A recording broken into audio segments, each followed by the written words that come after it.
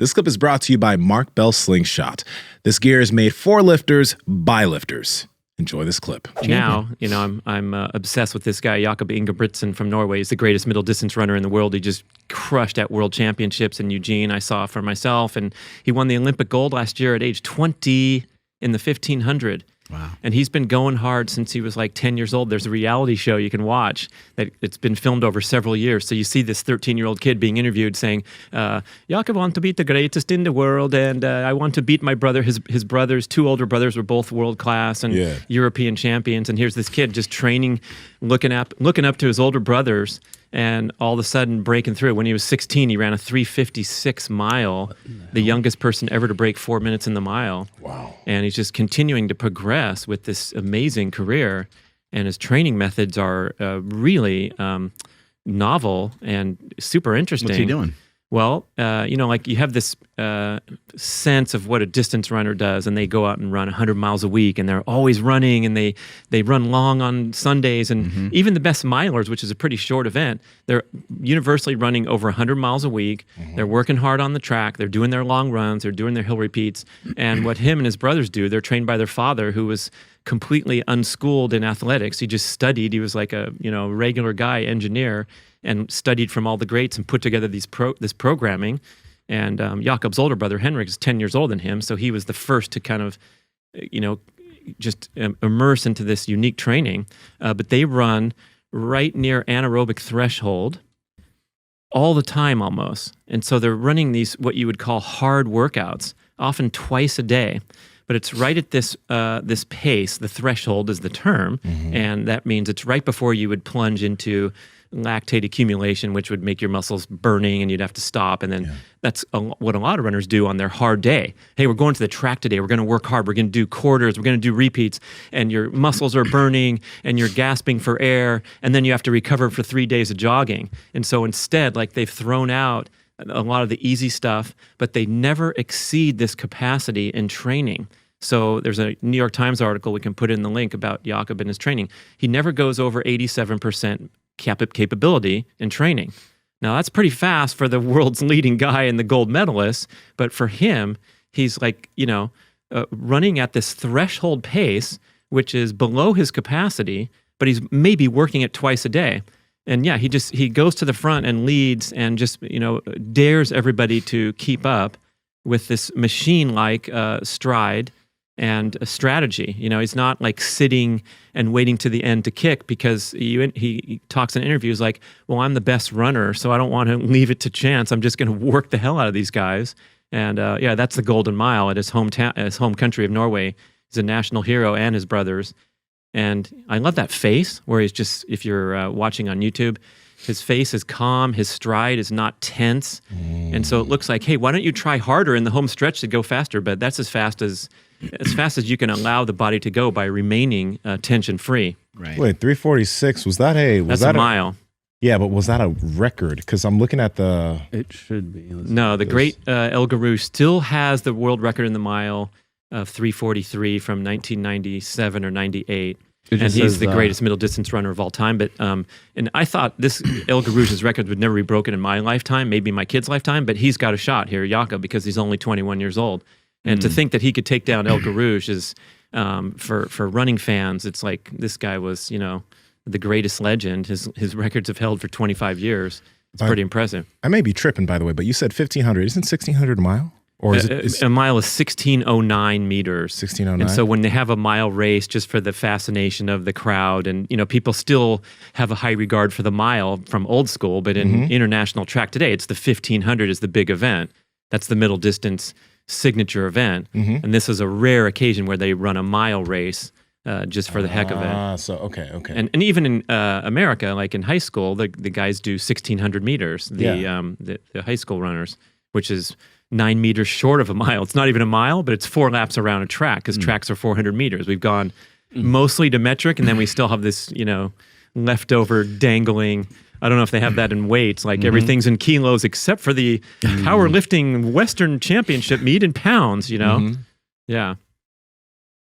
When he trains, any idea how far he's going? Like, how long is he holding on to this 87%? Because in it's very common for lifters to lift that way. Right. But when you lift, it's like it's over pretty quickly. You do doubles and triples and singles and stuff like that. Well, I mean, lifters are smarter than distance runners. I've known that for a long time since I worked in sports nutrition years ago, where the bodybuilder knows how to get a big bicep. Right. They work the heck out of themselves and they rest and recover. And meanwhile, the distance runners and the triathletes are just overtraining every day and not developing. So, interestingly, like he rarely runs over 1 hour in duration of his workout, which is also a fascinating breakthrough, because you've heard this on Huberman talking about where that makes sense. He only runs for 4 minutes, right?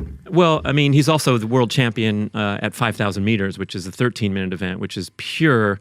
I mean, that's a real distance event. Yeah. And he could probably crush 10,000, which is even, but rarely running over an hour is extremely rare, because these guys are universally going out and doing their 2.5, 2 hour runs. Jogging, though.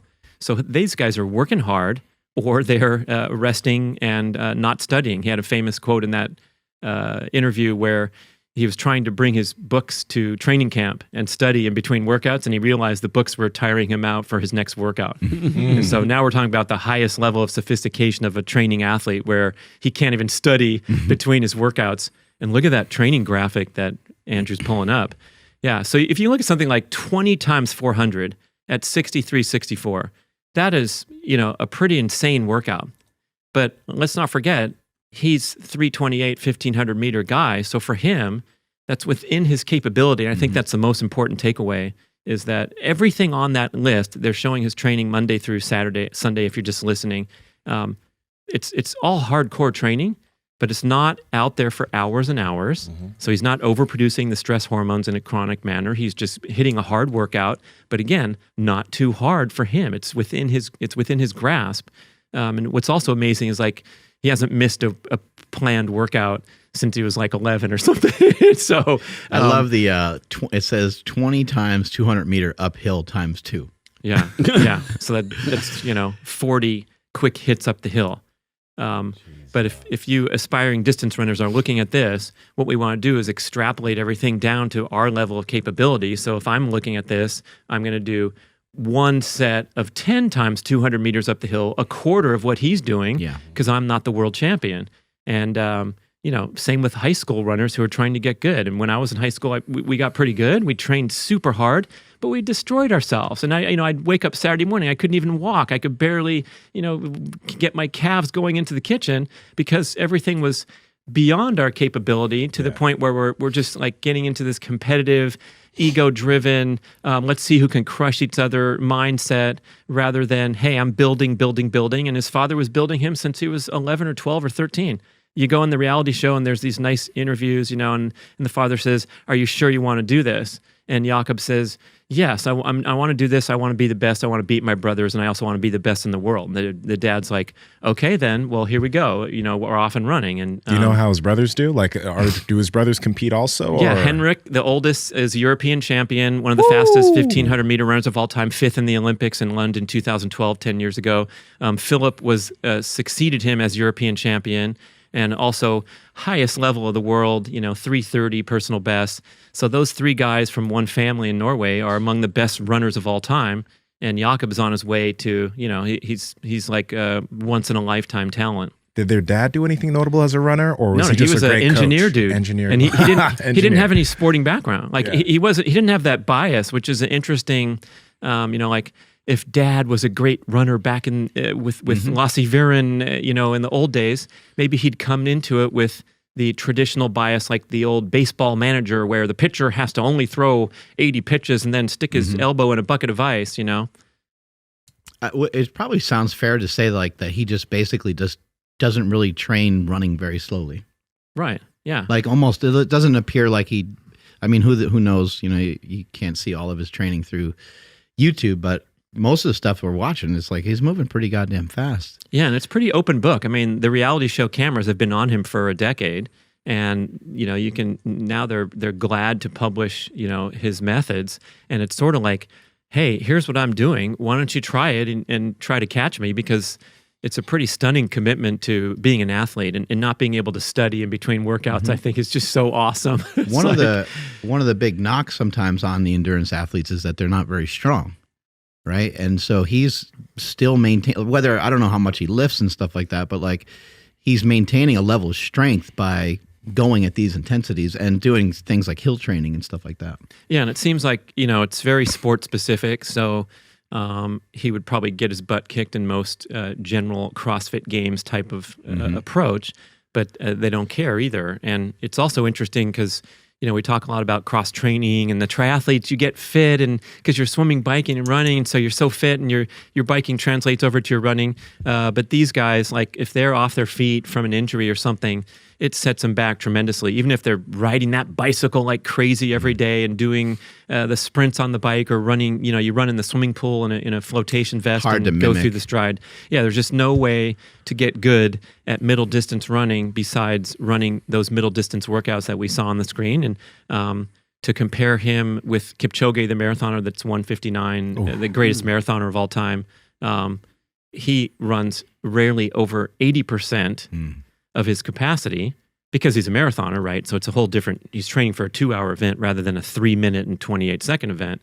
But he's sort of has that same philosophy of where he's just working up near his threshold all the time and not needing to go and jog or rest or deal with, breakdown and injuries and soreness and things that, even recreational runners deal with, let alone, competitors. A lot of the U.S. guys, some of the most famous guys bombed out this year. They didn't even make the U.S. team to go to Worlds because they were performing poorly for whatever reason, injuries or overtraining, I'm going to say. Hey guys, if you like this clip, go ahead and comment down below and let us know what you liked about it, all right? Share this with a friend. Make sure to subscribe to the channel. And also, we are on Reddit and Discord. All that's down below. All our sponsors and everyone that supports us down below there too, so you can get whatever you like from us, all right? Peace.